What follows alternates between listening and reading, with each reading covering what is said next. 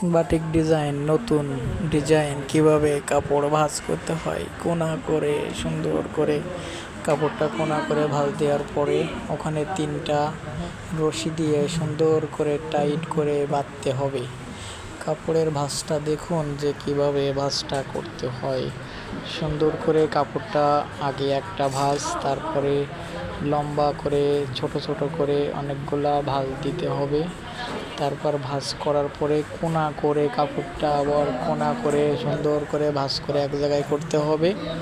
তারপর কাপড়টা কোনা করে ভাঁজ করার পরে ওখানে চিকন একটা রশি পাওয়া যায়, খাতা সেলাই করে যে রশিটা, ওই রশিটা দিয়ে কোনা করে সুন্দর করে ঘন ঘন করে 2-3 ইঞ্চি গ্যাপ করে সুন্দর করে টাইট করে বাঁধার পরে ওটা রং করবেন।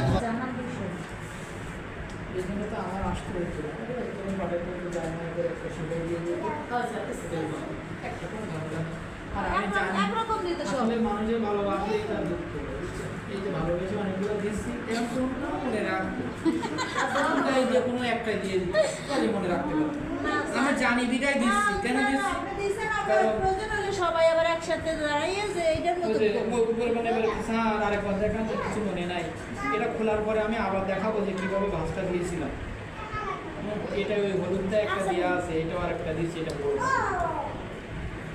এটা